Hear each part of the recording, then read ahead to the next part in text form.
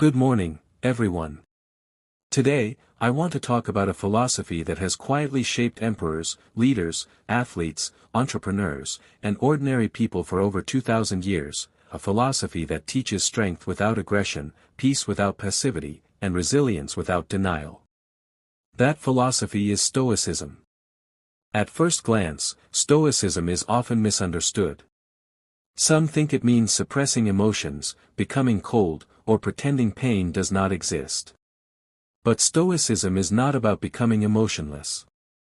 It is about becoming emotionally intelligent. It is about learning how to respond wisely instead of reacting impulsively. It is about finding stability in a chaotic world. Stoicism began in ancient Greece around 300 BCE when a man named Zeno of Citium started teaching in Athens. Later, Roman thinkers like Seneca, Epictetus, and Marcus Aurelius developed it further. Despite being centuries old, Stoicism remains deeply relevant because human nature has not changed. We still face fear, anger, uncertainty, loss, ambition, and disappointment. Stoicism asks one timeless question: what truly belongs to us? According to Stoicism, the answer is simple: our thoughts, our choices, our actions. Not the weather. Not the opinions of others. Not the economy.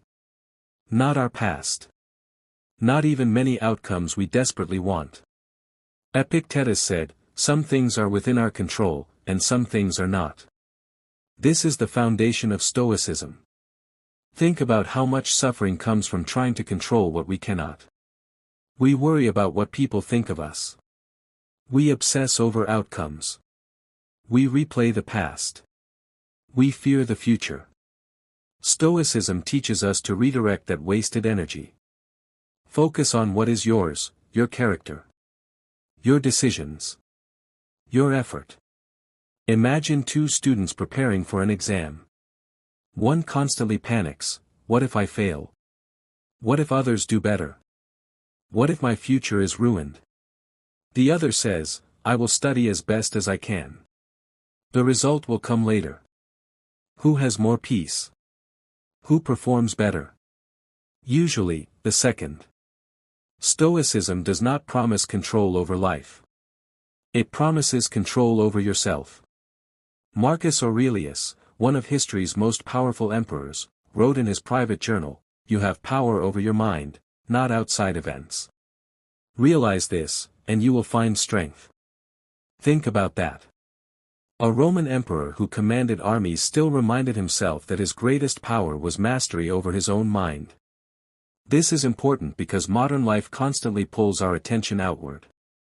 Social media teaches comparison. Advertising teaches dissatisfaction. News teaches fear.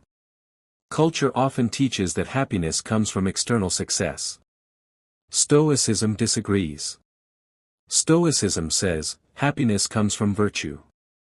Now, what does virtue mean?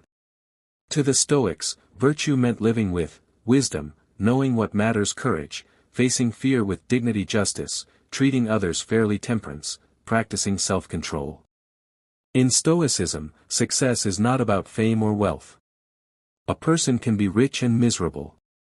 A person can be poor and peaceful. True success is becoming a good human being. Seneca, one of the great Stoic writers, was wealthy, but he warned, "It is not the man who has too little, but the man who craves more, that is poor." How relevant is that today? We live in a world of endless wanting. More money. More followers. More status. More validation. But Stoicism reminds us, if your happiness depends on more, you may never have enough. Another powerful Stoic practice is negative visualization. This may sound strange, but Stoics would sometimes imagine losing what they valued, not to become pessimistic, but to become grateful. Imagine for a moment, what if you lost your phone tomorrow? Your health? Your home? Someone you love? Suddenly, ordinary things become precious. Stoicism teaches us not to take life for granted. By remembering impermanence, we appreciate the present. Marcus Aurelius often reflected on mortality, not because he was hopeless, but because he wanted urgency and clarity. He wrote, "You could leave life right now. Let that determine what you do and say and think." This is not depressing. It is awakening.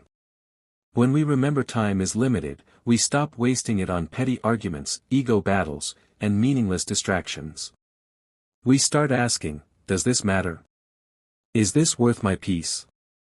Am I living according to my values? Stoicism also transforms how we handle adversity.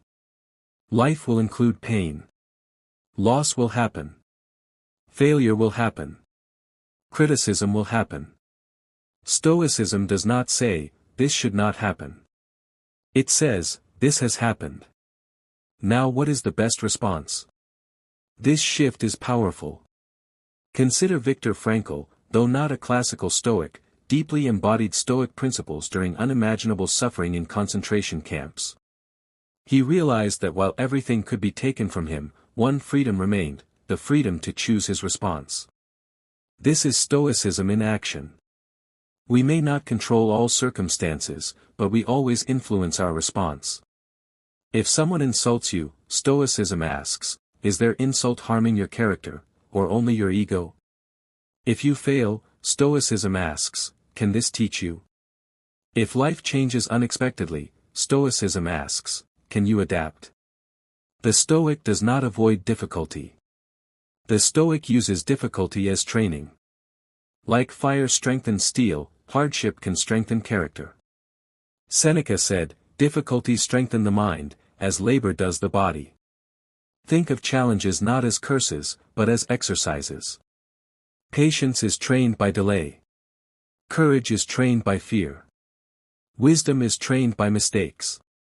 Stoicism is practical philosophy. It is not just reading quotes. It is daily practice. Morning, ask yourself, what challenges might I face today, and how will I respond with virtue? During the day, pause before reacting. Evening, reflect, where did I act wisely? Where did I lose control? How can I improve? Marcus Aurelius used journaling this way, and his private notes became Meditations, one of the world's most influential books. Stoicism also improves relationships. We often suffer because we expect perfection from imperfect people.